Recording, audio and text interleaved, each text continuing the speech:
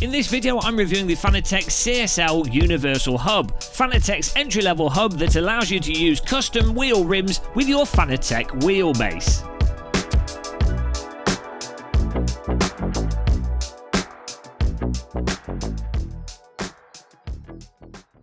Because I have a Fanatec affiliate link underneath this video that makes me money should you click on it before buying things from the Fanatec store, I likely have more bias than the average iRacer trying to avoid oversteer.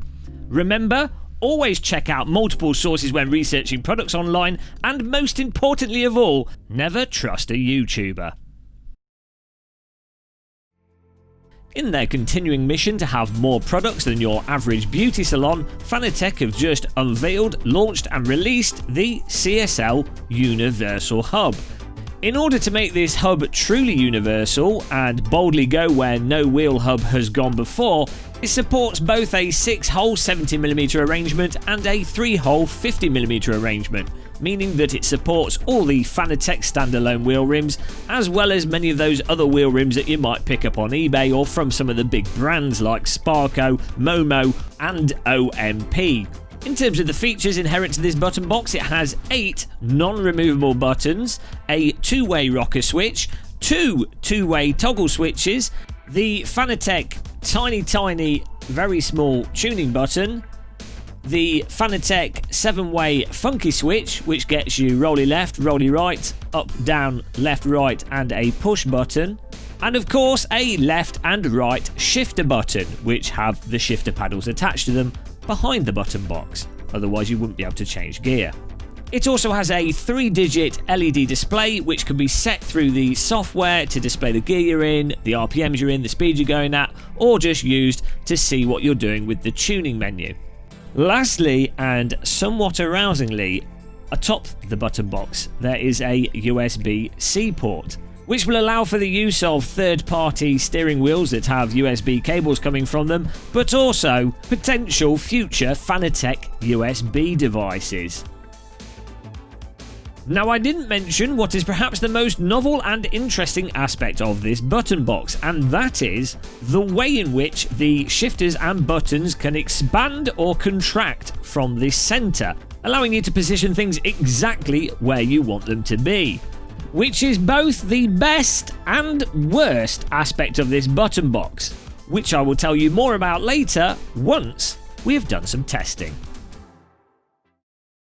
Now, in order to test the universality of the CSL Hub, Fanatec were crazy enough to send us some massively different wheel rims, in the form of the 27.5cm flat 2 wheel rim, the monstrous 35cm deep dish pizza officially licensed only turn left NASCAR steering wheel, the 33cm GT steering wheel, and of course, I already had my tried and tested OMP Trecento, my go-to all-round, mostly round wheel. As you'd expect, it's very easy and quick to attach the different wheel rims to this hub. You simply screw them on, and then you use the hub's party trick to choose the distance of the buttons and how far apart the shifter paddles are so that you can reach them regardless of your wheel rim size. As you'd expect, it worked perfectly fine with all the Fanatec wheel rims. Obviously, with a NASCAR wheel, you can't use the shifters whilst holding onto the wheel rim, but that's going to be the case because the wheel rim is deeper than your average F1 driver's pockets. You know, it's just the nature of that wheel rim. Rather surprisingly though, I couldn't get my OMP Trecento to fit on the Universal Hub. The layout of the buttons on the Universal Hub meant that the wheel rim would always block the funky joystick and the 2 tilt switch, regardless of if I had it on the smallest or largest setting. Which I think is a little bit disappointing because the OMP Trecento is quite a popular wheel, like the Momo Mod 30 for example, and it also means that you really will have to be careful if you're buying this Universal Hub that your wheel will actually fit on it. Obviously, if you're buying from the Fanatec store and a Fanatec wheel, it will fit, but if you're using something totally custom, make sure you measure it up first. In terms of actually using the CSL Universal Hub, out of the box it has the simplified quick release. Now this quick release will mean that your DD1 or DD2 won't operate at full torque and you'll have to replace it with the Clubsport quick release if you want that. But if you have a CSL Elite wheelbase or a Clubsport wheelbase, they will operate exactly the same with this as they would with any other wheel without any changes to their force output. Wheel rim attached universal hub plugged into the Fanatec Podium DD wheelbase, and we're ready to talk about what it's like to actually use. So, beginning with the shifter paddles, the upshift and the downshift, I will say that they're a little bit mushy and a touch ill-defined, but that is in comparison to the Fanatec Podium and much more expensive neodymium magnet-based shifters. Despite being a little bit mushy, they don't get in the way of the driving, they're quite punchy, and the amount of force required to actuate the shifter isn't so hard that your fingers are going to fall off, but it's hard enough that the pedals aren't wobbling around or anything, and that it requires a defined amount of input to get the car into the correct gear, allowing you to then go through those gears really quickly without misshifting. I think they've done a reasonably good job on the actual feel of the shifter button and the resistance the button requires, but there is that mushiness to it that's to be aware of. I will also say that on the shifter paddles, if you're pushing them in the middle of the shifter paddle, then there's no flex to the paddle, but if you're pushing the paddle more to the top and the bottom of the paddle, you do feel a bit of a bend in the plastic of the shifter paddle, with it not feeling totally solid. As to if your fingers are going to be on the shifter paddle in the middle or the top or the bottom, it's really going to depend on the wheel rim that you're using and then how much you set up the expansion or the contraction of the universal hub.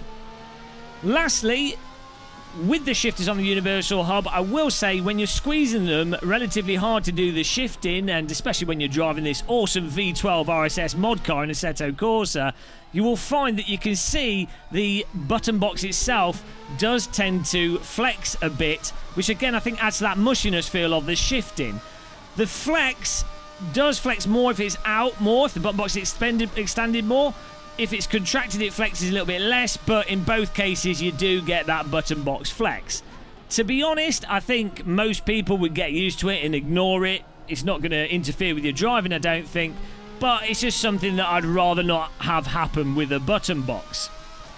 Moving away from the shifters and the actual buttons, all the buttons just feel like your bog standard buttons, you know, they've got a nice click to them. They're buttony. They're very buttony. They're a little bit stiffer to actuate and a little bit more clicky than other Fanatec buttons that you find on other Fanatec wheels. So they're obviously using some kind of different button for this, but they feel perfectly fine.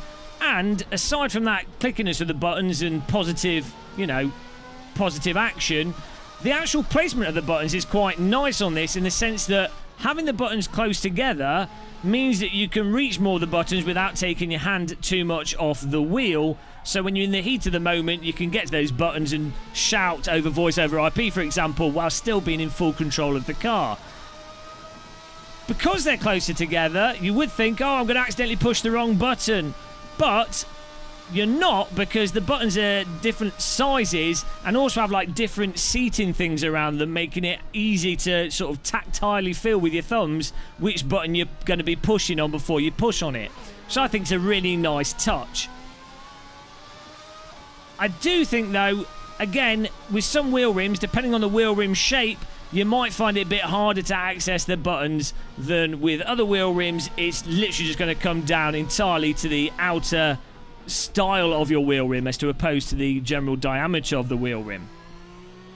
Now, aside from the buttons, you do have that tilty toggle switch thing, this left-right switch, which feels really nice, does what you'd expect it to do, in that it's basically just two buttons on a rocker switch. That's nice, but the two nipple toggle switches, I would say, feel a little bit tacky. And though they operate perfectly fine, there's no issues with the actual circuitry in terms of detecting what you're doing, and it's a very positive click. It works fine. It just feels a little bit, unless you're pushing it perfectly up and perfectly down, it just feels a little bit graty on the plastic. So the I call them nipple switches, don't know what the actual name is, but they don't feel totally satisfying to use, which again is a little bit of a shame, but they work, so you can't really complain that much. But I find a way to complain about everything. Now, lastly, in terms of the buttons, the funky joystick is actually really quite nice on this. At first, it did feel a little bit tacky, compared to the funky joystick that you get on some of the other Fanatec wheel rims that maybe have a larger circle on them to actually cover the button. But it's got a really nice positive click to the rotation right and the rotation left. Really nice positive click inwards and really nice positive click left, right, up and down. So if you're using it to navigate your iRacing menus, which is what I normally use it for, or pit menus, as it pop up there, you're not going to have struggle getting the increments just right with it. So that's really nice, really good quality button there. Now, separate to the buttons, the LCD display, I have to say, is really nice and bright. It's like a German techno on your wheel rim, which is good.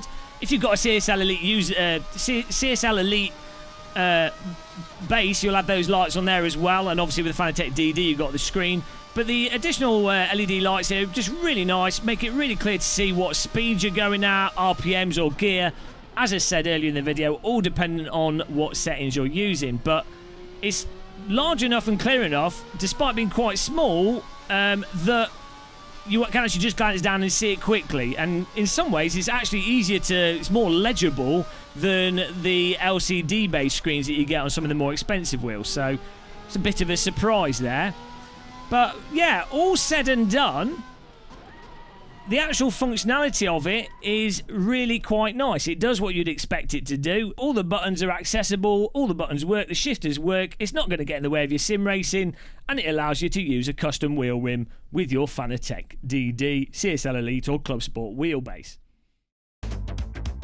In conclusion, the CSL Universal Hub allows you to use custom wheel rims with your Fanatec wheelbase, and it does that adequately.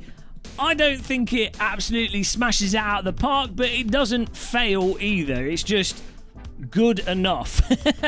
It's made awkward by the fact that this is going to sell for €149, which prices it not that far away from some of the other Fanatec wheel rims, which are absolutely cracking quality for the price that they cost, and much better value for money than this Universal Hub is.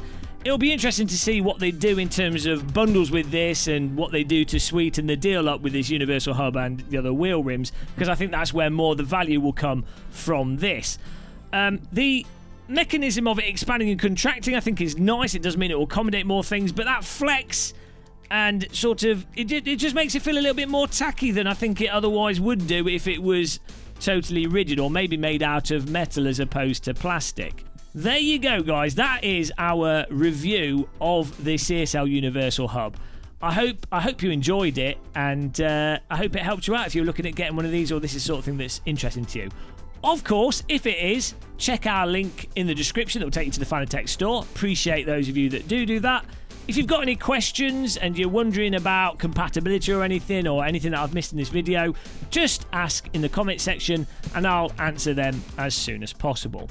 But until the next video, guys, and until the next live stream, where again you can ask questions whilst we're live, thank you for watching, happy sim racing, happy tea drinking, and goodbye everybody.